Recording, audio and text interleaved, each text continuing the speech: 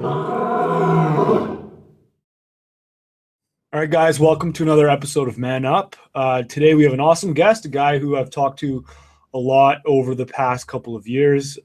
His name is Mike Mathews. He is the creator, the CEO, both? Yeah, kind of. I mean, I guess you could say co-founder because I mean everything I've done, it's been me and my best friend and business partner Jeremy. So, I mean, he's more on the marketing side of things, primarily on the marketing side. Although he is involved in everything because we have a smaller group. There's only 7 of us, and Jeremy's role is a bit more fluid than other people's. I mean, he handles a lot of marketing things, but he's also just a smart person. So he's kind of involved in everything that we do, and he has his hands in everything. But I'm the creator of the content. I mean, that's really my thing, is the content creation. Okay. And then and we can talk about this stuff, but anyway, sure, yeah, whatever. Creator, co-founder, whatever. Okay, of Muscle for Life and Legion. Yeah. Supplements. Anything else? Yeah. Well, I mean, so Muscle for Life is obviously its own property, and it's under monetized right now, which we're going to be, because we've been focusing so much on Legion for various reasons, and kind of have known that Muscle for Life should be generating more income than it does right now. I mean, it does well, but given it's at about 1.3 million visits a month. Although this is the dip period. I'm sure you've seen the same thing, but yeah. Before the dip, it was about 1.3. Maybe it's like chilling about 1.1 right now, which is normal. You see that 10 to 15% loss of traffic in the health and fitness and diet space at this time of the year, and then it goes crazy come January. But so that's a property, and we're gonna be putting up a store and doing all kinds of fun stuff with it next year to get it to where it should be as a business. But right now, it drives book sales. So it drives revenue in other ways besides the revenue that it makes. So it drives book sales. So that's another. Obviously, I have a publishing company that originally Jeremy and I were going to get into the publishing business. Originally, I actually didn't really want to become this fitness guy. I mean, I wrote Bigger, Leaner, Stronger and published it, and it did well. And I did another, and it did well. But I was more interested in taking what I had learned about selling books and kind of being, actually the name of the position is publisher, but it's kind of like in a publishing house, the publisher's job is he's usually the guy that negotiates deals and oversees the whole project. He's kind of like the CEO of that of his individual book project. So he's going to be assigning them to editors and making sure the covers get done correctly and blah, blah, blah. Yeah. So we were going to do that initially, actually. So it turned like that publishing company now just has my stuff. But it's something that we've talked about because with where things are at right now, we have to prioritize. It's not that we have an abundance of opportunities, and we have to weigh which ones, given our resources of time and money, where are we going to go? Like, it's not how do we make money or whatever. It's how do we get the most, like, out of all the things we could do, what is smartest to do? So at some point we may actually go back to that publishing model and publish other people's books in this space, because we know how to sell books and we know how to make it work. And we also have a large following, and we have hundreds of thousands of people we can promote to. And, Mark Sisson is doing this. Mark Sisson is either he's a very smart business person, or his business manager, someone in his camp is very smart. A very smart business person. So there's like, if his model, he's doing, I'm chasing him. I mean, he's the paleo guy, and I'm not really into that, but I really admire what he has done with from a business side of things, with books and supplements and online training and offline training and meal plans and publishing other people's books. The dude is super smart, he's a smart guy. You can tell just from his writing and from, how he just go expose yourself to his work and see he's a smart guy. Mm-hmm. But someone behind either him or someone with him or whatever is very smart with business strategy. So I have the publishing company, and there's a fair chance that we circle back around to that maybe in a year or two, depending on what's what. And then, so currently I just have my books with it. And then I'm building an app, which ironically, so I got into it thinking that I was treating it more like, I have Legion, which is the supplement company. And I was thinking of this app more as like a product launch. Like we come out with new products with Legion, okay, whatever. And we know, it takes a certain amount of time and money and whatever. But I kind of underestimated that building this app is really like it's launching another business. It's not just, creating a product to do it the way that I want to do it. I could have done some kind of janky little app and spent 20 grand on it and just put it out and been like, oh yeah, here you go. But what I had envisioned in the beginning is really a business. I mean, it cost $200,000 to get this app built. And it's, it takes time and it's going to be great though, which in that there's no other, there's no good weightlifting app there. You end up, you run through all of them and then you end up just using your notepad in your phone, or you just bring a notepad or you bring a little journal to the gym and that's it. Or if you're sophisticated, you use Google Sheets, you know what I mean? If you really want to be fancy. Mm-hmm. So I want to create a workout app that is better than Google Sheets or the notepad app in your phone or a piece of paper in the gym. So yeah, I mean, that's something we're working on as well. But those are like I guess the big things right now. Yeah. Apps are like, I've got some friends who are doing an app in the financial kind of niche or whatever. You need full-time developers, full-time everything. Oh yeah, no, I'm working with a big company. I mean, that's why it costs a lot of money. But yeah, I mean, just the estimation of effort, which I'm normally pretty good with, but I'm getting better, I guess, as I do more things where everything takes longer and is more of a headache and costs more money than you think. Like at this point, I almost now, when I go into a project, I'm thinking if I think it's going to take 3 months and $50,000, I assume at least 50% more. Yeah. And probably closer to 100% more. Mm-hmm. I don't know. We've just had it so many times now between like we're building a whole new website for Legion, which has been a ground up. Like our current website is cool. It looks good. It works, whatever. But our new website is just, it's so much better. And so what was initially supposed to be a 6-week project is now going to be a 3-month project. It's almost done. And so the time and costs have doubled. And it's not because the devs are incompetent at all. They're actually very competent. It's just they didn't, they misestimated themselves, so, and then, so we're going to be then going on to Muscle for Life after and completely rebuilding Muscle for Life, whole new look, whole new style. It's going to be so much better than what we currently have. So anyways. Lots on the go. What's that? Lots on the go. Yeah. Yeah. From one thing to the next. So then you've got all this going on. You seem to have, basically for the guys that don't know the fitness industry, there's like a kind of I don't know, the normal thing to do is you create like an ebook or a membership site or something. And that's how you get affiliates to bring, if it's a good product, they'll promote it and this and that. That's the normal way to do things. You started publishing first, then came the site, then the supplement company. Yep. So then what did you do?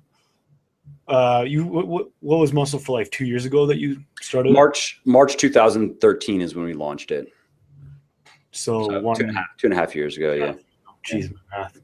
So then what did you do before that? Before you did Muscle for Life, were you involved in business or what? Yeah, so I had a business that my dad was semi-involved in, not really, because he has a different business and he's invested in other things, but he had something a little bit to do with it just because he has a lot of connections in the business world. And my brother worked in it and some other people I know worked in it. And we actually built employee training programs for companies, which is very random.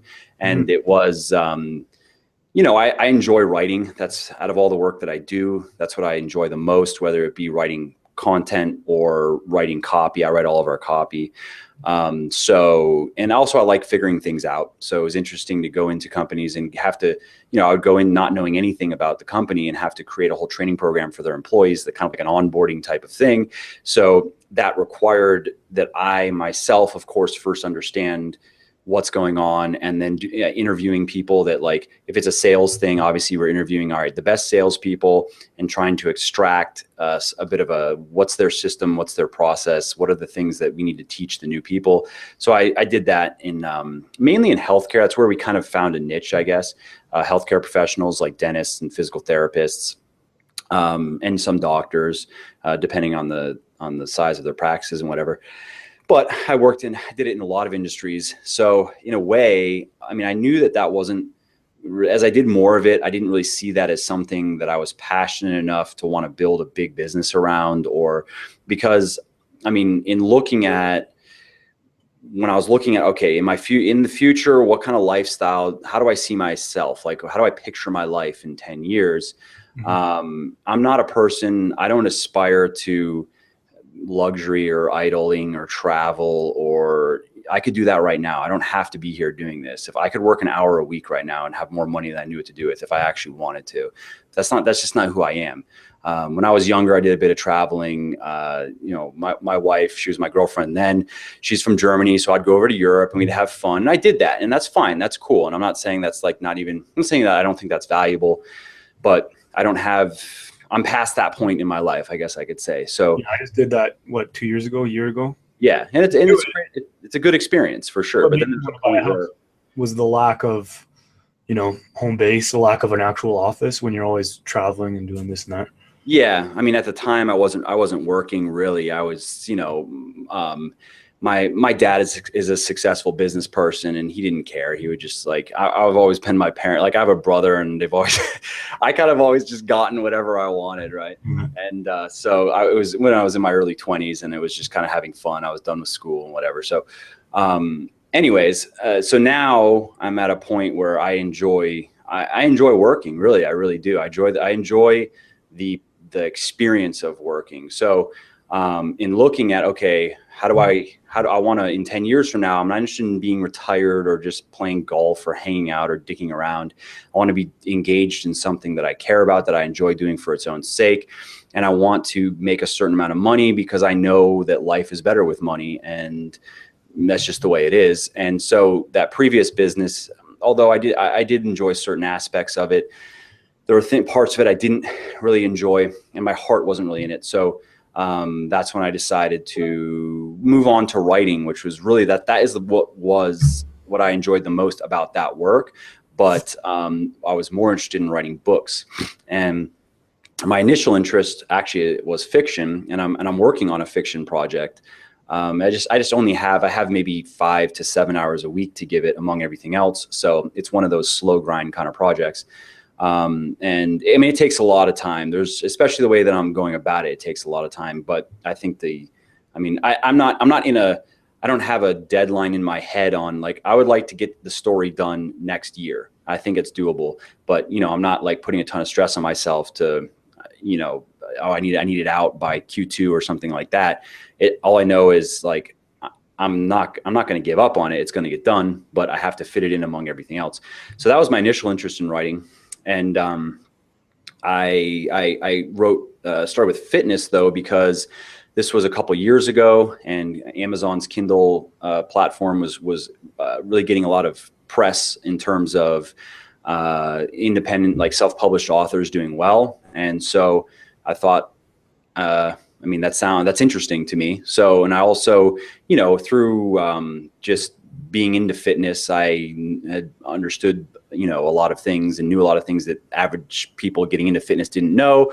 And I never really did much in the way of personal training, just because I didn't really have the time to do it. But I would have a lot of people that I knew that would always come to me and ask me questions about this, that, or whatever, and would tell me, hey, you should write a book. You like to write. Why don't you write a fitness book? And at first I was like, I don't want to write a fitness book. Mm-hmm. But then I was like, okay, actually, I could see this being fun. So I did it. That was Bigger, Leaner, Stronger, and I published it. I think it was like January 2012, a few years ago.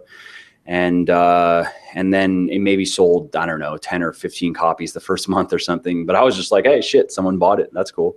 And then from there, maybe sold 40 copies or something like that. And it started to grow exponentially. And I started to get more and more feedback from people that liked it. And from there, I saw, hey, actually, people, this is an opportunity. This is something that I enjoy. It's something that I am passionate about. I like the idea of just helping other people get into shape, because I remember when I years ago, when I didn't know what I was doing with my diet or in the gym, you know, it was a lot of work for not a lot of results, and it doesn't have to be like that. So I started on the next book, and you know, and so during that year of 2012, I think I published 3 books, and that was just kind of a side project. Side projects, I was working on them at night when I wasn't working on my other business. And at the end of 2012, though, everything got to a point where I was like, I think like it just was clear that going in that direction was a better choice than continuing to work on the previous business. So I had created a lot of material in the previous business. It was almost like a specialized little publishing company, in that a lot of companies would reorder training materials from us. So I just left it to I think my dad, again, he's not that involved in it, but he has my brother still involved in it. And it just kind of cruises and does its thing now and makes some money, and that's fine. So now I went off though, and put up Muscle for Life and started writing there, and wrote more books, and have, you know, subsequently just gotten into a lot of different things. So then you were, for a lot of, because I get emails from a lot of guys, and even when I was starting my website, I had a training business. Mm-hmm. But you started Books. Yeah. Books. You started books, but you started doing it while you were also working. Yeah. Mm-hmm. Yeah, I started this site, and then I gave my training business to another guy. So I had like 8 months of no income. Yeah. It was it wasn't fun. Yeah. But so then so for the guys that are starting out, or just looking for, you kind of treated it almost like a passion project that ended up gaining momentum. Exactly. And then you're like, okay, so for guys that are, I don't know, working a job that they're not loving, a lot of the time the excuse is, oh, I don't have enough time, but there's always enough. There's always time. That's bullshit. Yeah. Okay. I can't even say that. And I work more than anybody I know, and I sleep less than anybody I know. And yeah. I thought I didn't have enough time. I was waking up at 6, and I'm like, what the hell? So I started waking up at 4:30, and then 4. You just create time and just cut things out of your life. I mean, the thing is, and I've fully accepted this, we don't have enough time in our lives to do all the shit we want to do, period. And, you know, you have to make sacrifices. It's just the way it is. So, you know, you can choose which areas of your life that you're going to give the most attention to. If you're going to be someone that's very family centered, I think that's great. And you're going to spend a lot of time with your family, and maybe it could be also friends. You know, those usually go together, a very social type of person. And that's fine, but don't think you can do that and build a multi-million-dollar business. And it's some people, you know, I know these are cliched type of things, but I'm speaking from I can say, for at least for me, and not only do I work a lot, but I work efficiently. Like, I don't fuck around when I work. I am working. I don't have Facebook open. I don't pay attention to my phone. I don't bother with social media. I work. And I have, you know, 6 other people that are like that with me. And I can, you know, we've built now in the last couple of years, 3 7-figure businesses. So I'm speaking from some experience that I do spend time with my family, but it's not as much, you know, it's maybe an hour a day at most. And then I do a little catch up on the weekends, but I'm working on the weekends as well. But, you know, Saturday, I'd make sure to take a few hours. And I know personally quite a few millionaires, multimillionaires. I know people that are worth absurd amounts of money, and they all went through that part of their life where, depending, you know, they're in different places now, depending on what they're doing. But when they're in that initial hustle, you have to build it phase. You have to, nothing else matters. And if you really actually want to give yourself the best shot, then disconnect from your friends.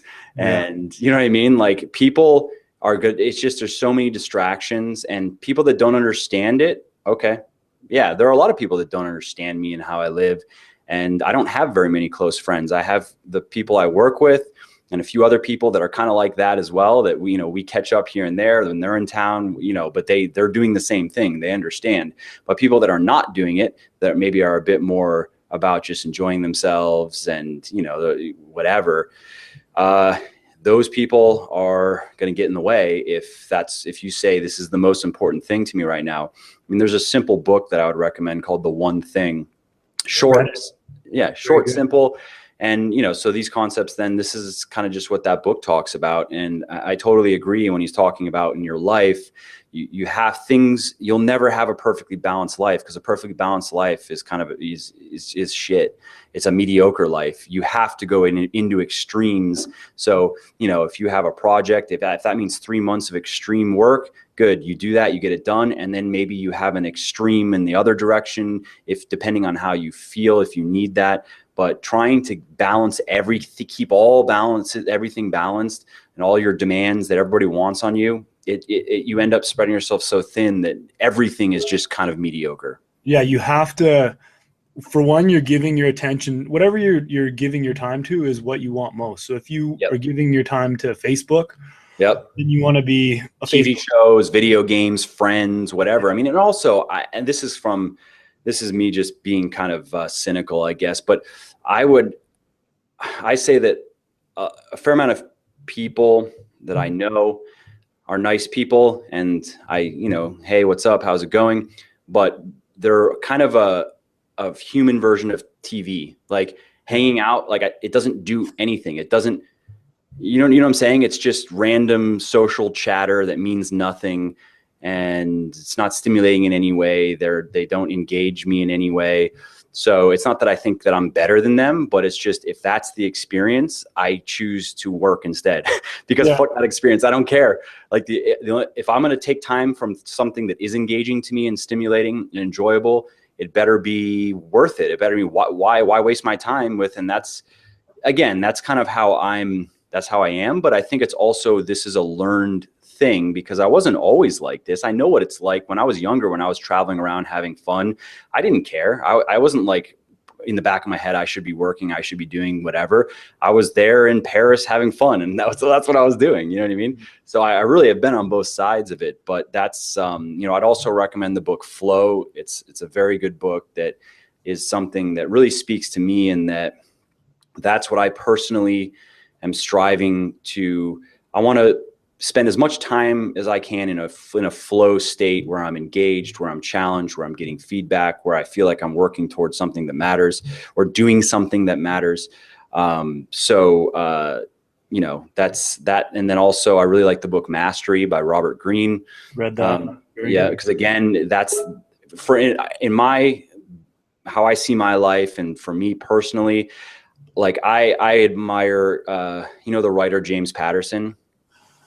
I mean, he makes $100 million a year. He's the most successful writer out there, right?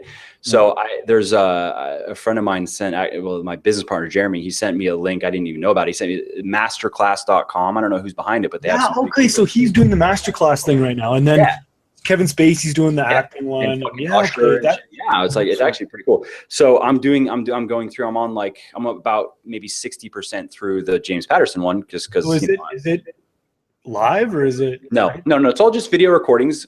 It's like $100, and there's some good tips in there. I've read a lot about fiction writing and storytelling, so I wouldn't say there's anything that I didn't know. But one of the things I really like is I admire him in his personality is that he's not an airy-fairy artist type of person. He's very much a practical. He reminds me of like Stephen Pressfield. Well, I was going to bring up Stephen Pressfield, because he was airy-fairy, kind of find yourself. And then at 40 years old? Yeah, he finally was like, what the fuck am I doing? I suck. I need to I got to get up early. I got to write every day. And this is bullshit. I'm not going to be successful if I keep on doing this. Exactly. So James Patterson is very much like that. He swears. He doesn't care. He just says things the way that it is, right? But also what I really like about him is the dude is in his 60s. He's worth $500 million. He makes $100 million a year. And he still, though, every day, 7 days a week, he gets up and he works on his stories because he loves it. He's not doing it because he needs more money. He's not doing it because he needs the standard. Oh, I just want my freedom. He can do whatever he wants. And this is what he chooses to do because for him, that's his flow experience. That's the peak of, I'm sure he has, a good time with his family and stuff, but I want to be that. I want to be in my 60s financially. Yeah, fine, whatever. But more to the point, I want to have been doing something for 40 years that I still am excited to do every day. Like that matters so much more to me than I want to have $500 million so I can have fucking houses and cars and shit. Like, yeah, it's fine. I would be fine with $500 million, but that's not my aspiration at all. That's almost look at, the money as it's nice to have nice things. You need it to survive, but it's not nearly as important to me as that's why I'll never be the person on Instagram to show off things, or I don't care. I'm just whatever. I mean, it's different like that. And my father-in-law is very much like that too. He's like 70 now. You wouldn't think it though. You'd think he's in his 50s because he doesn't look 70 and he doesn't act 70. He's alive because he loves his work. And again, he makes more money than he knows what to do with it. He doesn't have to do he could do anything. It doesn't matter, but he is always involved in new projects. And he's a very creative person. He actually creates, it was a strange niche. He creates greeting cards and then licenses them to big companies like Hallmark and other big companies in Europe. So he's like the greeting card king of Europe, basically, in terms of creativity. Like, he's not the production guy, he's the creative guy. So he has a team of people. I mean, the dude in his lifetime has sold 100 million greeting cards. Oh my goodness. So, but again, you wouldn't know it meeting him. He dresses like whatever. He has a crazy beard, crazy hair. You'd never know, except for when you talk to him, you go, there's actually someone here. This dude's alive. And he's 70 years old, and he every day is excited to get to work. And that to me is exciting. Like, if I can just maintain that for my life and not turn into a, just lose myself into material things or other ways you can waste your life away, then I'll be happy. Yeah, I've had two guys that I've met. One was I got the echo there. You hear that? No, but I can put on headphones if no. I think it might be my it'll go away. We haven't had it yet, but I'll turn my speakers down just in case. Okay, I'll do the same. There's two guys that I used. Like, one guy, a former neighbor, sold his company for $500 million, and then this other guy, he had one of the bigger real estate companies in Vancouver, and real estate's pretty big in Vancouver because it's so bloody expensive. But this guy's, I think he's 90, maybe 85 or so. So I took him out for coffee, and he's still excited about ideas. He still goes to work every day. Yep. And I think it's the people that I know that are focused on the money and the material things. That's their the lifestyle, or I don't know anyone. The only person I know personally that has made a lot of money that's that type of person is a straight criminal. Like, he just scams people. And I guess I've met a couple other people now in the fitness space that would fit that description. But personally, I've known him for a while, and he's always been like that. That's all he cares about is money and, driving cool cars, but he's just a criminal. So, I don't know anyone that has built a respectable business that is like that. Or just I know people that have turned into that, like, along the way, like after making a lot of money. I've seen that, but not when they're doing it, they're not the person to say, God, I can't wait until I can just sell this and sit on a beach somewhere. It just doesn't, I haven't found it. Yeah, I haven't seen too many of those people. The people that I'm impressed with are the ones that they see like success or whatever as an obligation. It's their duty. They're here. So why would you go half-assed at everything? You're going to work your ass off. And then money's more of a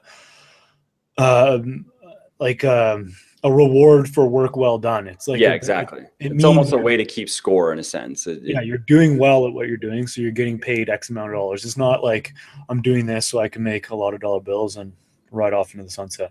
Yeah. So yeah, that's interesting start to go from, I still get like the books thing never, and now I'm working on 2, but that never occurred to me. I totally missed the boat on that, but I guess there's always time to catch up with that stuff. Yeah. I mean, when I published Bigger Leaner Stronger initially, there weren't very many.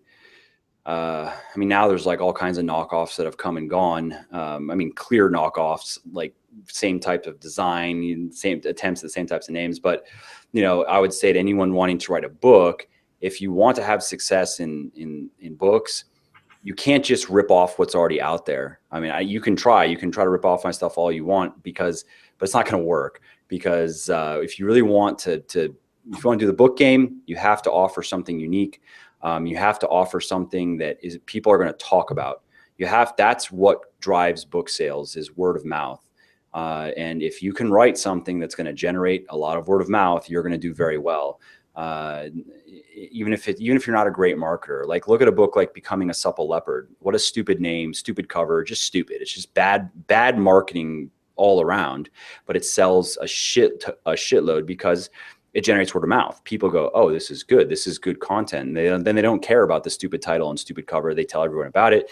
And, it sells a bajillion copies a month. So, that's what I would recommend. If you're going to get into books, don't just write a Me Too book. Don't just go, oh yeah, flexible dieting and barbell training. Here you go. Because there are too many books now like that. And like take my book, for instance, Bigger, Leaner, Stronger, which obviously talks about flexible dieting, talks about a lot of things. But you also have to look at it in terms of Amazon's promotion ecosystem. How are you going to get visibility when you're up against like Bigger, Leaner, Stronger has 2,000 reviews, 4.5-star average. It gets promoted by Amazon like crazy. And again, I don't say I discourage people and try to like protect anything on what I'm saying. I'm just like, and I've tried to give this advice to people personally, and they haven't taken it because they thought I was just trying to say, hey, don't compete with me or something like that. And then they do it anyway and then have it flop. You really have to, if you're going to, the problem with self-publishing is bad ideas don't get shot down. Like if you were to try to sell an agent on a certain type of book, the agent would be like, yeah, that sounds like Bigger, Leaner, Stronger. Who cares? Like that's what they would say. You know what I mean? If it were just the same type of thing. So there needs to be an angle. There needs to be something where the agent would go from a marketing perspective, say, that's different. I like that. That has a hook. There's something to that. And then you have to deliver on the content in terms of, giving what people want. You have to understand who you're talking to, what their key issues are, how do you address those? And then it has to work. When you put all that together, it can go well. But, again, if it was strictly a money play, I would say books are a bad choice. Most books don't even sell 500 copies in their lifetime. And that's a real statistic. So books are not an easy way to make money. They're not. If you're going to get into books, it's because you really, really enjoy writing, and that's what you want to do with your time. That's why I did it in the first place. That's why I continue to do it. Again, I don't have to. I don't have to do anything at this point, but I'm doing things because I enjoy them. So and also, even if you were getting into books for money and you wanted to learn whatever, then fiction is where all the money's at. I mean, dude, if in terms of the magnitude of book sales, so Bigger, Leaner, I've maybe sold total copies in the last few years, 500,000 copies of books, 500,000 units in the last couple of years. So if I would have written a couple fiction books though, and had that same magnitude of success, it would have been 10x. I would have sold actually 10x. Look at Amazon's top 100, 80% are fiction. Yeah. So, if you really want to thinking with how can I make the most money with writing, which is not a bad thing to think with. I mean, money does matter. Even with self-publishing fiction? Oh yeah, dude. Self-publishing, again, it doesn't matter. If you can write a good story, it's going to gain word of mouth. It's going to grow. Yeah. I mean, there are self-published fiction authors that make my royalties look like welfare, dude. I mean, I've seen a couple, like there's this woman who writes like sex. Yeah. There's erotica. I mean, that's whatever, but it wouldn't have to be that. But I'm just saying, like, I'll have people come to me sometimes and think that books are like, oh, that's an easy, it's alluring. You just write a book, you put it up there and you get paid forever. It's not that easy. I mean, even like I'm trying to get the Man Diet, rewriting the Man Diet, putting that in book form and changing some things with it. And then doing another one. It's the time. And then, like if it takes too much time, what I wrote a month ago, I'll look at it and be like, oh, this is shit. Yeah. Scrap it. So it's a process. And the advice you gave is pretty much just helping people out not to go through that entire process and then have it be completely wasted with something. Exactly. And yes, there's learning to it, but a smarter thing in my opinion would be, before you just jump in and write a book, like when this is going against what I did, but if I were to do this again, or I mean, I don't know. Also, I've read a ton of marketing books. I'm a good marketer. I do understand marketing, and I'm particularly good with the psychological aspect of it, understanding how to sell things to people and how to put myself in someone else's shoes and speak to that person in a way that resonates with them. However, if I were getting into a subject, like I like to play golf. So let's say I wanted to do a golf project. I probably wouldn't start with a book. I probably would start with a blog where I would start writing and getting my stuff out there and start getting feedback from people so I can get a real sense of who I'm speaking to, what their problems really are. And from there, maybe I would blog for 6 months or so until I really feel like, all right. And also so I can identify what the gaps are. Where's that unique product? What's missing? Now, ironically, and that's also a point of research. So, if you want to get into a subject and you want to write a book about it, you better go read the 30 to 50 best-selling books in that category and pay real close attention to what do they have in common? What do you think they're doing well? What are they not doing well? You better go read all the negative, not all, but you better go look at a lot of the negative reviews on those books. What are people complaining about? What's missing? A lot of it is just legwork. It's just grunt work. It's not fucking glorious, but it's what you have to do if you really want to be a professional about it. So that's what I would be doing. I mean, ironically, with golf, I've read probably about 20, 25 golf books, and I know exactly what I would do if I were to get into golf.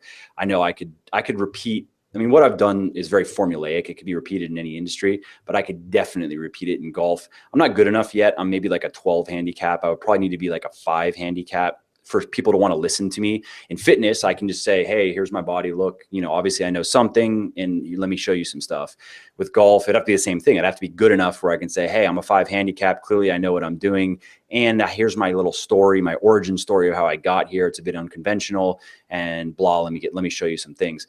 So, that's how I would go about, don't just try to copy what everyone else is doing, because it's not going to work. And especially in fitness, you can't, there are plenty of guys with better physiques than me, whether it be through, I mean, there's certain things, genetics, you just can't beat. Certain guys have, take a guy like Greg Plitt. He had genetics that you can't beat. You just can't beat it. I don't care about drugs. I don't care about anything else.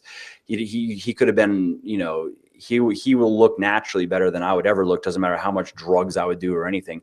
So there is that. So, don't think that you can just get by on your physique. I don't care how good it is. There are people with better physiques. And, don't think you can get by on a Me Too product. You might be able to sell some if you're good enough at marketing, but it's not going to build a real sustainable business. You really have to be striving to bring something unique and something very valuable to people. So that's been my focus from the beginning, really, is how can I be as helpful as possible?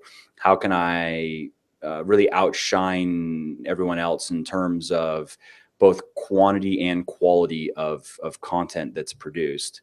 And getting into Legion has been a similar thing. How can I really outshine in terms of product quality and in terms of marketing them honestly and having integrity? And so, those have been some guiding kind of principles for me. And then, so covered books. I wanted to cover 2 things with you: how you got into this, how you got into the books, and we've kind of covered that. But then the second thing is, in my line of work and in a lot of people in the internet, basically, like not fitness, not anything, but in the internet now, people start websites and they start blogs and they create a revenue stream. They might make a decent amount of money, but it seems like you've actually started a business, something that you obviously, you're the content guy. That's what you love to do, but you've got other pieces around you. You've got different revenue streams. You've got a real business going. So then and you say you did it with your business partner. How did you guys did you guys map it out? Did you guys have set goals? Did you guys hire when you reach a certain income? How did you guys get that set up? Yeah, I mean, I had a bit of experience working, previously, where I was kind of running that business, and then and also growing up with my dad, I've worked in one of his companies as well. So I've been exposed to, I guess, good business practices from an earlier time. But yeah, there's also, though, take business. I mean, I read a lot. I read, it depends on how long books are, but maybe about 250 to 350 pages a week. So that could be a book a week, that could be more than a book a week, or like right now I'm reading a 900 page biography of John Rockefeller. So that's not a, you got that? Yeah, I've stayed like I've read a couple pages and then another book will come and it's smaller. So yeah. No, I mean, I don't, I can do the 2-book thing with smaller books, but with biographies, I like to I go fucking hammer them. You know what I mean? Because I did that with Teddy Roosevelt's 2 Teddy Roosevelt's books. Yeah, I read a Teddy. Did you read? I read Theodore Rex. You probably read it. Yeah, and then The Rise of Theodore Roosevelt. Yeah, I read Theodore Rex. So yeah, I just go hard on it because it becomes depressing. It becomes demotivating to be on the same book for like 2 months. You know what I mean? Yeah. So I just go hard on it. But so I've read a lot of books on business, and that's been a thing that, like, I think, again, it comes back to, if you want, it's not, okay, how do you build a business? What do you do? That's what a lot of people, what are the, like, they want a quick, here's 10 things or whatever, when it's not like that. You want to build a business. All right, here are 50 books that you should read. And then you'll at least have an idea of what it's like to build a business, and you'll at least have some information to think with. And if you haven't read any books, you are fucked, because you're going to just come up with bad ideas. I guarantee it. Any subject. And I can say, and I apply it to myself too. That's why when I decide to get into something, that's my first thing, is I actually pick 20 books. What are the 20 books I'm going to read on this subject?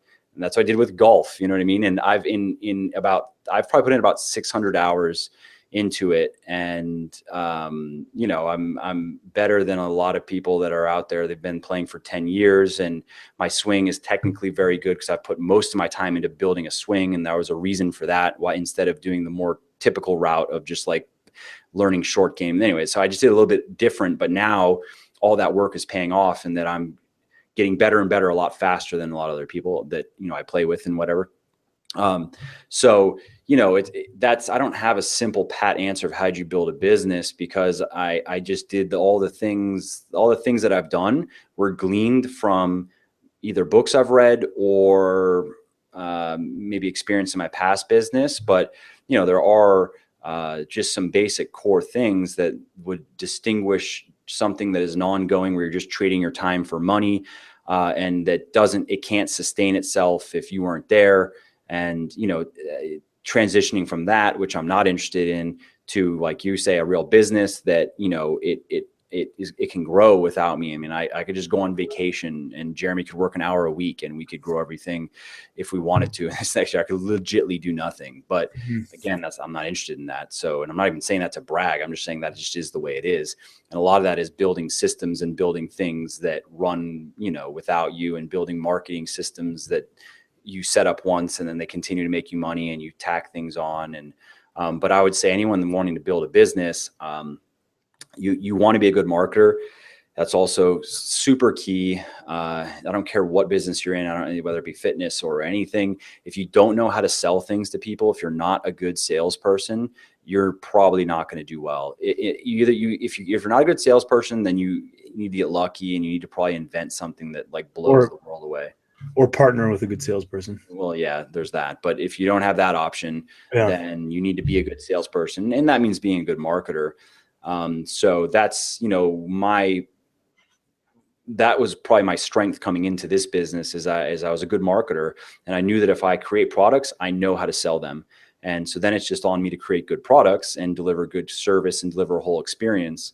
But, you know, I think that's the most core skill. Like I would say a lot of people that I know that maybe aren't as successful as they would like to be, there are 3 things, if they, you know, that I see it's very common. One is they're not very good at anything. Like, they don't actually have a really good skill set, period, that is worth money.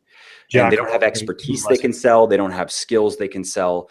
They don't, you know, they think they can just get into something because everyone else is making money in it, and they're smart and they can figure it out, but they don't really actually. It'd be similar to golf. It'd be like if I got into the golf thing and I wasn't a good golfer, but I thought like, hey, I'm a good marketer, I can sell shit. And then, yeah, that's true to a degree. But if I wanted to create, that's only because I'm a very good marketer. But if I weren't a very good marketer, so let's say I sucked at marketing and I sucked at golf, but you're average at both. Yeah, or I was average. Yeah, let's say I'm right now. I'm an Yeah. average golfer right now, and if I was just an average marketer, I couldn't really create. It was just whatever. And I try to get into that. Stop calling me, thanks. And try to get into that. It would not go well. Yeah. You Well, know what I you're even mean? saying that you need to get into golf. You're a very good marketer, but to get into golf, you need to become a better golfer anyway. Exactly. And become a very good golfer and really understand the marketplace. And so there's a lot of runway there. It's not just let me jump into this and take fitness. It's like if you want to actually make something for yourself in fitness, then one, you better be in really good shape yourself, because if you can't walk the walk, then it's just, you're not going to get very far. And two, you better understand what's out there, and you better know really what people are, what do they like about certain, whatever you're trying to do, whether it be personal training or writing a book or creating an info product or whatever. You better really know what you're up against and spot an opportunity like this app. The reason why I'm building this app is because there's an opportunity there. I know that there's no good weightlifting apps, and I know that I can make a good one as a weightlifter, and as some, I'm smart enough to figure this out basically on what would be actually useful in this thing. There's an opportunity there. That's why I got into it. That's why I'm willing to invest a lot of money into it, because I know that I can do a good job on it, because I really understand it. It wasn't just something I just stumbled into, you know what I mean? And so there's that. There's not having any really good skills, and that's not necessarily even as an entrepreneur or owning your own business. That can be as a job. Like you want to work for someone else and make good money. There's nothing wrong with that. You don't have to have your own business, but if you want to make 6 figures a year working for someone else, you better be really fucking good at something that is very valuable, like marketing, sales, a very technical skill. So a lot of people they have these ideas about making this or doing that or whatever, but it's like, you're not good at anything. What are you thinking? Like, don't worry about don't waste your time reading Og Mandino books and John Maxwell books. And you don't need motivation. You don't need positivity. You need skills. You need Robert Greene's mastery, and go spend the next, I don't care how long. You don't have to reach that point of mastery, of complete mastery, to make a good living, but you better be, it probably takes a good 1,000 to 1,500 hours in anything to get good enough where anyone cares, basically. Speaking of that, there's a lot of websites out there that are doing very well. Like, they're very successful websites, but all they do is give a little bit of motivation every day. Oh yeah, for sure. And they don't tell people that you have to be good at anything. Yeah. I mean, again, I'm speaking. This is my perspective. It's the truth though, because then you get people who then look at other people with an envious eye. Yeah. Because they spend the last year getting motivated by some motivational book or whatever, and they're like, I spent so much time doing research to get.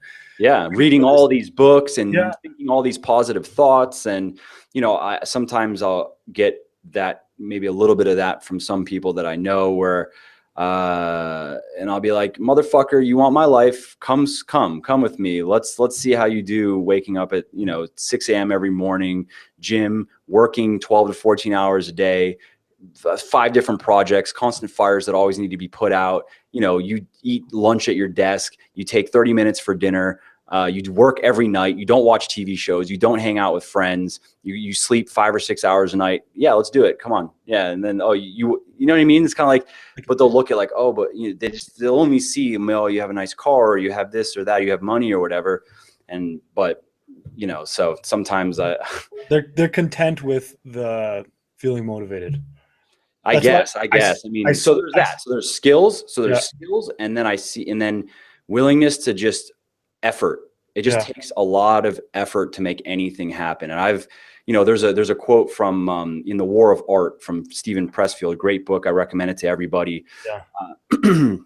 Where he says that, like, I'm paraphrasing, that like the most valuable skill he's learned is how to be miserable, and how to just keep on humping. It doesn't matter how shitty things are and how bad it is. You just keep going. And that speaks a lot to me. Like, I keep a little, I mean, I have a whole OCD system of how I read and take all my notes and highlights and shit. But I have like a kind of like a life inspiration document. And every once in a while, when I come across, usually it's like 1 quote per book, or maybe 2 that is like, that really resonates with me. And that's one of them from that book. I can relate to that, is personally, I don't have a goal to be happy. I don't even know what that fucking means. Like, I don't know. Is anyone happy? I don't know. I think happiness is you have to learn that skill. And it's, to me, I don't care. And this is, again, maybe I'm mentally imbalanced or something, but no, I'm agreeing. I'm trying to think of how to put it. So everyone listening can be like, oh, fuck. Like, again, I mean, I don't have that goal to be happy. What I enjoy more so is I would say my goal is to experience flow as much as possible. And again, to understand that, I would recommend reading that book so you understand why I say it that way. I'll pick that up. You know, I don't know. It's just that concept of I just want to be happy. What does that mean? Like, and you know, and to get there, if that means money, getting there, you'll never make it, because 80% of making money is like what Pressfield said. It's just learning how to be miserable and learning how to, like, yeah, this shit sucks, but it has to be done. So I'm going to put on some good music. I'm going to put a smile on my face and I'm going to do it. There's my version of being happy. Now, again, there are aspects of my work that I really like. I really enjoy writing, but I don't enjoy writing all the time. It's not every day I'm fucking super pumped. And even James Patterson talks about that. There are times when he hates everything he writes, but it doesn't matter because he's doing it. You know, that's, for him, it brings a lot more enjoyment than pain, but there are periods of pain. And, you know, so that speaks to me a lot in just, you know, exerting effort, and it's fucking hard and it takes a lot of work to make anything happen. And if you feel bad and you don't, you know, you're sad because things aren't going the way that they should go.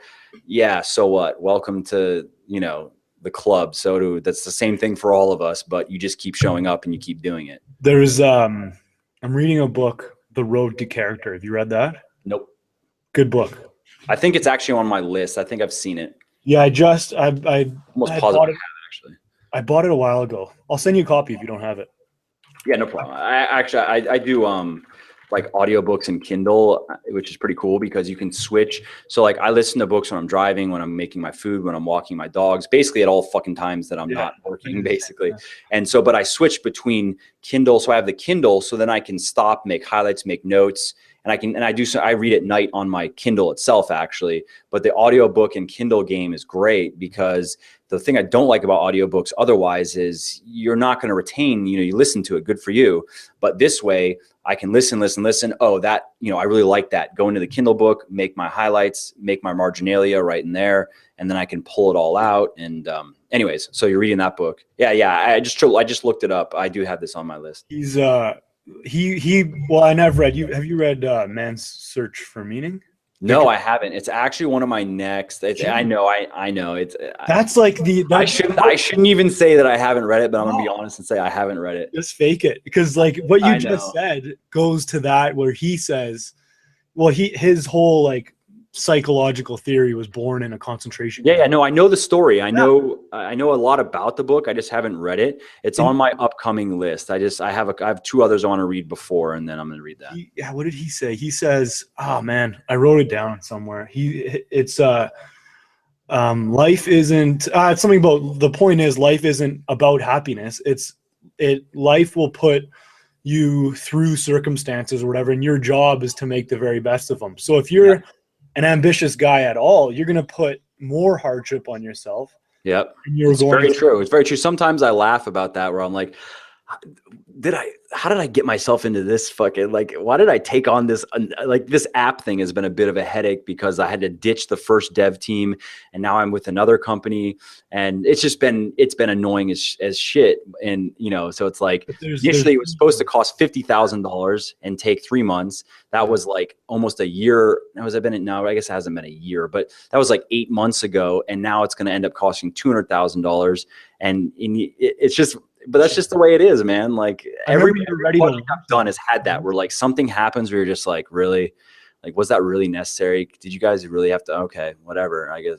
And then you just keep going. You just say, suck it up, and just say, all right, well, yeah. No, that's interesting. I like that point about the happiness. I wanted you to go through your routine and stuff, but yeah, you pretty much already did that. Yeah, my routine's boring. That's why like my social media game sucks, because I don't really care about social media that much, to be honest. I'm not personally interested in it. But my life is boring. There's every day alarm 6:15. I wake up before my alarm, but 6:15. So I usually get up around 6 anyway. go to the bathroom, get ready to go to the gym, come to the office, work until about 6, go home, eat dinner, get back on the computer around 7, work until 10, spend some time with my wife and son before they go to bed, usually work a little bit after they go to bed, or read, depending on what's going on, go to sleep, rinse, repeat. Saturdays I spend some time with family. Sunday afternoons I play a round of golf. Otherwise I work, and that's it. Yeah, so I was going to ask you, similar schedule, but minus the family thing. The dog takes 3 hours of my day because he's still a puppy. Yeah, it's insane. I'll show you him. That would actually piss me off. I'm not joking. I would be. Oh, it's getting to me. I just had I got him 2 hours. He was up for 2 hours at the dog park just before we came here. He's a monster. Oh, wow. He's huge. What kind of dog is that? Called a Dogo Argentino. Holy shit. He's massive. Dude, and he's just a ball of energy, though. Like, they're meant to be, I think, farm dogs. Oh, yeah. They're hunting dogs, right? So they're meant to be out there and whatever. So there you go, pal. Yeah. But yeah. I do like animals. He's cute. It's just, if it were 3 hours a day, I wouldn't be able to do that right now. I just wouldn't get the dog, because I'd be like, I don't have 3 hours a day. So I'm not going to make the dog suffer a shitty fucking life because I don't have time for him. Mine was, I had to cut my wake up time down by 2 hours. Yeah. That, or he ruins my life and I fail at life. It wasn't a choice. I just had, Yeah. It was what it was. Well, I forget what was I going to say? Oh yeah. So golf is I'll work. I'll probably go like maybe 7 days straight. Yeah. And then I'll need something just to clear the head. If it's obviously I can't golf with minus 18 right now, so it'll be the mountains or whatever. Yeah. And I think there's therapeutic value to that too. That's part of the reason why I chose golf, actually, is because I like being out and it's nice, it's calm. There's a lot of space. You know what I mean? Like there's not cars and people everywhere. It's peaceful. I like that aspect of no one is asking anything of me. I'm just, you know what I mean? So you are a human. You do need a day every now and then. Yeah. I mean, I usually, again, I actually do work. I write Sunday mornings and then I go play golf in the afternoons. And then I work at night. It's kind of my thing. But but there's a space in your week or something. Exactly. I mean, although I am good at doing the long sprints, I mean, I can where let's say, put it this way, at least with the way how my life is set up now, I don't feel like I need even really that time off. It's just nice, but I don't feel anxious about, you know what I mean? I've never gotten to the point where I felt like, oh, I'm going to have a meltdown, or if I don't get out there, if I don't do this or don't do that. I just, I've had to balance my desire to work with the idea that maybe I should do some other things as well. It probably helps. It's got to help the work. It's kind of like one of those things. Like I need to spend time with my family. I do enjoy that. But outside of that, like I don't feel necessarily the desire. I don't need to hang out with friends, and especially with some people around here, and just sit around, like go to stupid parties and just be like, yeah, fucking internet videos, fucking sports. Who cares? Let's have the same conversation with every single person. Yeah, exactly. Oh yeah, right. Or politics. Let's argue or something like that, where it's just like, who cares? But or even playing golf, like, yeah, who cares about golf? It doesn't mean anything. No. But I have a longer term, like I like golf because I want to do something with my body that's not just weightlifting, because I grew up playing sports. It's not a danger. I don't want to get hurt. You know what I mean? So golf, you're not going to get hurt. I played ice hockey growing up. So I was thinking, like, do I go play ice hockey again? Could be fun, but it takes more time and more chances. Like right now, even my weightlifting, like I just want to maintain my physique and not get hurt, because that's what I have to do to make a living. That's a big part of it right now. So, and also I can play it with my son when he gets older, and I'm going to do some traveling next year. Just do some weekend trips, because there's very, very pretty golf courses all around the US. And so, I have at least a little bit of that's why I chose golf. But, coming back to that, you got to be willing to work hard, and you got to be willing to just hump through misery, because that's what it is sometimes. Yeah, it's when you're in that, like it's those moments when you just do not feel like doing it. Yep. I myself am I really try to watch out for that stuff, because going back to the war of art, where if you let that overcome you, that resistance, as Pressfield puts it, it's bad. It It's gets just stronger. like, yep. And it can lead to quitting. And then when quitting becomes a habit, it gets really bad. Like I know people that are stuck in that negative feedback loop now of they don't even try anything anymore because they themselves know that they're just going to give up and quit. And then it's going to be a disappointment. So they just do stupid shit like play iPhone games all day and be on Facebook and things that have, there's no way you can fail at playing some stupid iPhone game. You know what I mean? There's no way you can experience disappointment on Facebook. There's no way. So, and I myself really, and that's also why I really try to be, if I'm going to commit myself to something, I don't commit to projects or things lightly unless I'm just trying it out. Like if I just say, I don't know if I'm going to like this, I'm going to try it. I'm going to give it a month and then decide. Of course I do that. But there's that point where if I decide, if I say yes to that, I don't give a fuck. I'm going to die before I quit. I don't care if it's a bad, like this fiction project. I don't care if the story sucks. I don't care if nobody likes it. I'm going to get it done on principle because one, I do enjoy it. It's an interest of mine and it's a stepping stone, but also I don't, for myself, I really try to just when I say I'm going to do something and I commit to myself, I'm going to do something, I follow through. And that is a positive feedback loop in that it has inspired confidence in me now. Like when I decided to get into this app, going in kind of naive now looking back, thinking, oh, $50,000, $60,000, a few months, that sounds good. And then having all the shit that went, problems and whatever. And then being like $200,000 and now another 3 months where I'm like, fuck, all right, well, but I'm doing it though. I don't care. Like, I don't care if I don't even make that money back. I'm doing it. I think I can make the money back and a lot more, but still. So I think there's something to be said for that, of just being stubbornly persistent. Yeah. The simple act of not quitting. Yep. Like if you just don't quit. Yep. Even with golf, that's something people quit at all the time, but it's like, that is a pastime. I'm getting a shotgun. They're like shooting's big up here. Yeah. They have the clay shooting and stuff like that. Yeah, I've done it before. It's fun. Yeah. It's just a skill that I'd like to kind of develop along with similar to golf. It's like, does it really matter? No, but I think though there's a value to developing skills, especially skills. I think it was in Mastery actually, where Leonardo da Vinci, I think was the person that said it, where developing a skill with your hands am I remembering that correctly? Yeah. So exactly. So I think there's value to that. Yeah. It's just like I remember when I was playing sports as a kid, when I was a kid, a teenager, whatever, or even boxing in my early 20s, the physical skill that you're developing was so exciting. Like it was something that energized me. And I think adding more, like golf, very energizing, because even if you suck, you learn something. Yeah. But yeah, bringing those skills in from the physical stuff, and I think they help the business thing. Yeah, I think so too. I think also it helps keep your mind sharp. Yeah. And there's, again, it's a flow type of experience. There's a flow experience to I gotta get that book now. Yeah, again, that was a very influential book for me, where it's something I felt like it acknowledged something that I myself not had discovered, or just that it was something that I guess in a way I had already kind of internalized to some degree. And it was nice to see it really expounded on, and where, you know what I mean, where it was validating, explained. Yeah. Like, hey, somebody else thinks similar to how I was thinking about, how do I want to spend my time? Like, what's the point of living?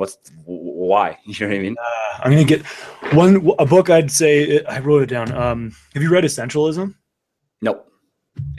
I read the one thing before Essentialism. Okay. I thought Essentialism brought the one thing just to a better, I think it explained it a little bit better. It kind of added a bit of a stoic kind of. I'm going to, right here, I never even heard of it. Yeah, I'm going to add it to my list right now. I listened to it and then I read it. Yeah, I'm adding it right now. If it's anything like the one thing, I'll like it, because the one thing was, obviously a little bit marketing, a little bit gimmicky, but it had good information in it, and so. I had a 6 thing to-do list I used to have. Then I just made it one. Yep. It changed, and then Essentialism was really good. It talked about the family and it talked about all those different things. That's great. I'm gonna check it out. Cool. Well, I think we could wrap up, man. You gave a ton of info. I know you're busy. Yeah, hopefully people found it helpful and not me just talking about myself as if I'm whatever. Well, that's kind of me asking you questions. You've got things. I know. But sometimes, you get up on the pulpit and then you wonder, like, am I just coming across like a self-absorbed asshole that? Yeah, I do that with articles. I see the word "I" in it too much. I'm just like, yeah. This is weird. Like, actually, that's like one of those things that in just interpersonal relations, if you're saying "I" too much, you're doing it wrong. You're annoying people. I guarantee you. Yeah. No, but this is helpful. I kind of I'm using these podcasts somewhat selfishly because I'll get guys on that I kind of want to know certain things. Like I wanted to know routine. I want to know how you started the business. I want to know why you got into books. And I think if I can benefit from it, a hell of a lot of other guys can too. So cool. I got a lot from it. So I appreciate it. And I've got all the books written down. If guys want to find you, where do they find you? Muscleforlife.com, spelled out, just muscleforlife.com. It's kind of like the hub. Legion Athletics is the supplement company. But I would say, Muscle for Life is the hub where you can come. I have a ton of content there. I also have a blog at Legion, which is relatively new. And that's going well. So, there's a blog there, but that's where people can go see what I'm all about. And, I have a lot of content out there. And if you like my content, if you like my articles, you'll like my books, and, you might like what I'm doing with supplements and everything else. I'm going to buy your books. I can't believe I haven't bought them yet. And then supplement wise, what do you think? I'll put a link to one supplement just so everyone can try one thing. You think the pre-workout? It's hard to say. I would say if you want, you're going to notice the pre-workout, of course. So there's that. Gets you. But I'll also say that my protein powder is really good. It's abnormally good in terms of creaminess and mouthfeel and taste. We source it from Ireland. And I talk about why in the copy, and that sounds kind of special or whatever. But if you've been anyone that's been over to the UK or EU, you know how much better the dairy is over there. Like when you go to Germany and have yogurt. Yeah, you go to Germany and eat yogurt. I mean, you probably actually have better stuff up there, but the average, American goes into a grocery store and buys some yogurt, and then you go into a German grocery store and buy yogurt. You can't even compare it. The American yogurt tastes like in comparison. And it's the quality of dairy is much higher over there in the UK and EU because their restrictions their agricultural laws are more strict, and what you can and can't do with animals is more strict. So the net effect is anything dairy from over there is just better.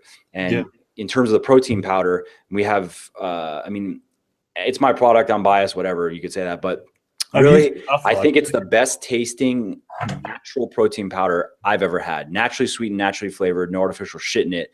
It's so good. And we're getting a lot of great feedback on it. So, if you want a really good protein powder, then I would check out mine. And then if you like pre-workouts, check out mine, check out the formulation, compare it against others. And you'll see that they're just not spending the money that I'm spending to produce products. That's what it boils down to. I spend 3 to 5 times what my average competitor would spend on any product. So my multivitamin costs 3 to 5 times as much as I'm going to put that Optim Nutrition's multivitamin. I can tell you for a fact. Yeah. So when you spend that money intelligently on good ingredients that have good science behind them, and you do it, get the dosages right, clinically effective dosages, the actual dosages used in scientific research, you end up with a much better product. I mean, it's really simple. And you had, I think I had the multi, and I was looking at the ingredients, and I think it's like I take athletic greens, but I think your multi could replace the athletic greens. Yeah, and I have a greens coming out that athletic green, like my multi plus athletic green, my multi plus my green supplement that's coming out. There's just no comparison. I mean, athletic greens is fine. It's whatever, but it's just a green. I'm not impressed by it, to be honest. It's just sure. If you just ate enough vegetables and fruit in your diet, it wouldn't really even do anything for you probably. And when I don't care on them. I can say whatever I want. That's my opinion. And so my green supplement is different in that's what I'm leading with, saying green supplements in general are overhyped. They're overmarketed.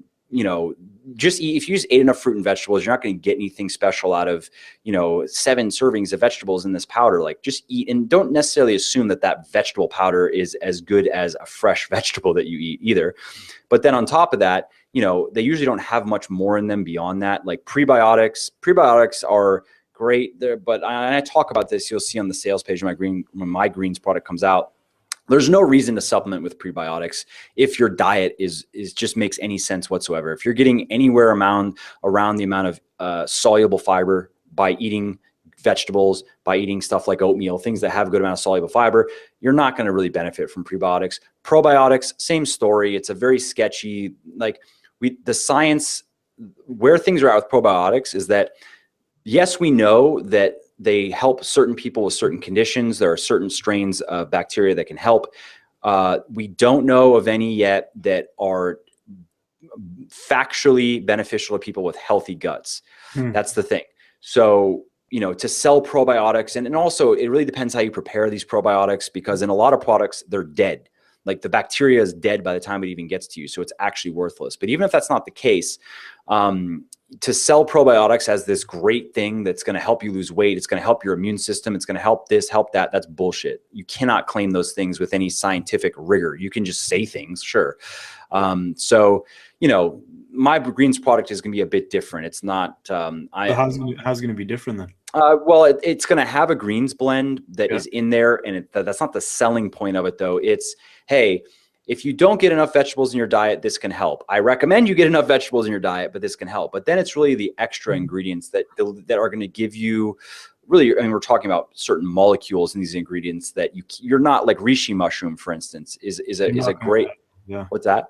You're not going to have those in your. Yeah, you're not going to be eating reishi mushrooms or Astragalus membranaceous. You're not going to be eating the little herb, or moringa. You're probably not going to be eating moringa or maca. You could supplement maca, but it's separate. So there are things that are ingredients that have they have good science behind what type of health benefits. These are well-established benefits scientifically in proper dosages that you normally would have to buy as separate supplements. To get my green supplement, like, go to Life Extension and see how much they charge for a reishi mushroom. 2.5 grams per serving is what you want. That's the clinically effective dosage.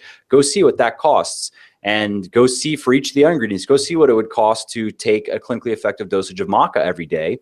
And so you start adding these things up, and it gets expensive. I'll tell you, it's going to be more expensive than just taking my supplement. And that's the story with the multivitamin as well. Look at how much stuff we have. 14 additional ingredients on top of the 22 vitamins and minerals in that multivitamin. Stuff like CoQ10, aged garlic extract, ashwagandha, bacopa monnieri. I mean, these are a lot of these supplements people take separately, but you have to have, 12 bottles in your cabinet, and you would spend $200 a month, or you could just take my multivitamin.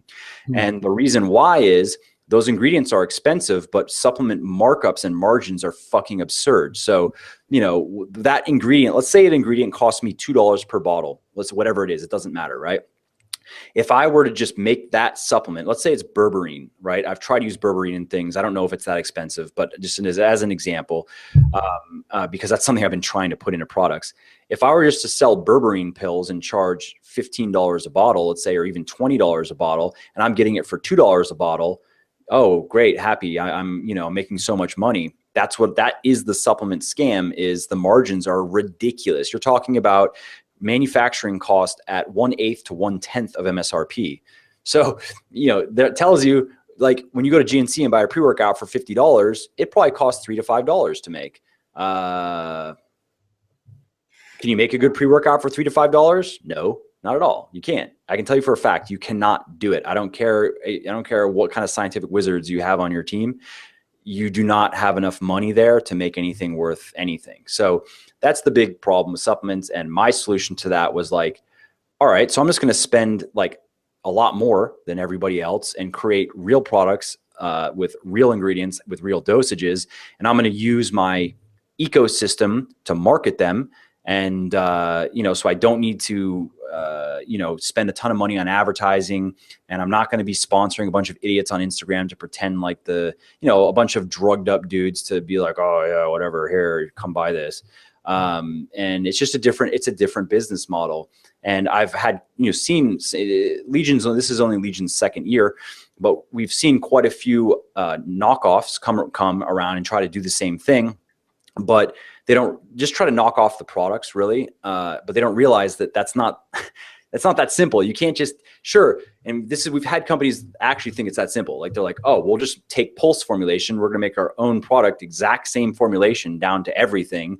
And then we'll be good. Right. And I know of 2 companies that are doing that essentially, and they're just struggling. They're not going to, they'll never, ever break $10 million a year in sales. I'll guarantee you that.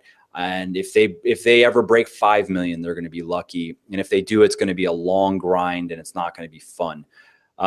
So anyways, that was the opportunity I saw in supplements a couple of years ago. And now it's becoming the thing. Everybody says clinically effective dosages. Everybody says, no proprietary blends and this and that. When I first started supplements, nobody was saying that because everyone was, they were just doing it. You know what I mean? But now you have big companies like Muscle Farm coming out with products denouncing proprietary blends, which is ironic because a lot of their products have proprietary blends, but so it's becoming a thing now. So again, coming back to, if someone wants to get into supplements, don't just try to make a me too. Don't be like, oh, Legion's doing well, I'm just going to make the same products and put it under a different name and I'll be rich. No, you won't. You'll fail. That's not how it works. You have to understand how to build a real business. You have to bring something unique. You have to understand how to market. There's a lot that goes into it. I mean, I know people that are very good marketers that have very deep pockets that are trying the supplement game and they're struggling. They're not, it's been a couple years now and it's still not making, I don't even think it's turned a net actually in one case. I don't think they've profited yet. And these are people that have 7-figure businesses selling other things. They're not idiots. They know what they're doing. Supplements is hard. It's not an easy business to come into. So people listening, I mean, I'll get emailed people asking like, so how do I want to get into supplements and make money? Like legitly that stupid. Mm-hmm. And I'm like, no, you don't. Trust me. No, you don't. Don't do it. I can tell you by your email and I say it nicely, but I'm like, really honestly, my best advice is don't get into supplements. I had this conversation with somebody I know around here just recently because he's one of those guys that if he sees people doing well on something, he always tries to jump on that bandwagon. And his name's Brad. And I'm like, Brad, trust me, dude, you don't want to get into supplements. I'm telling you, I'm not like, I'm doing my thing. What you do has no effect on me. I'm just telling you, you do not have the setup to do it. You don't have enough money. You don't have enough marketing skills. You don't have trust me, it's not going to go well. And what's he doing? He's doing supplements. Okay. All right. Well, good luck. And I mean, I tried to warn you before you go waste, a few $100,000 chasing something that's not going to work, but fine. Yeah. Supplements. It's not an easy game to get into. Yeah. And it's really not. Yeah. It's not on my list, to be honest. Maybe one supplement, but yeah, making one product, that's different than trying to do a whole line, a whole company, a whole thing. Yeah. That's not, yeah. Who knows? But yeah. No, I'll put links to the protein powder, the pre-workout, and the multi. When's the greens coming out? Do you have a date for that? They have it slated to run late January, but I'm asking them to move it up. So let's just say it'll be available for sale in February. Oh, let me know. Yeah, for sure.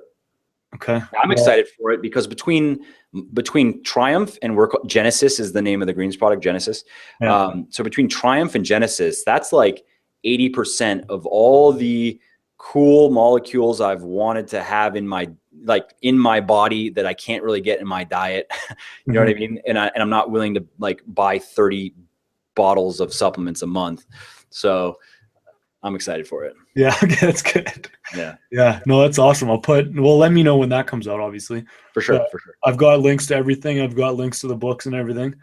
Again, check him out on muscleforlife.com. I'll put links to everything. Cool. Underneath the video. And dude, I really appreciate you coming on. Yeah, no, thanks for having me. Hopefully people found it helpful. Yeah, no, they will. Trust me. I'll put show notes. I'll recap this whole thing. But stay on. I'll just stop the yeah. Whatever. This hopefully the whole thing doesn't shut down. But no, I don't think it will. Anyways, guys, this is an episode of Man Up. Again, Mike Mathews on. This was awesome having you, man. Appreciate it. Yeah, thanks again.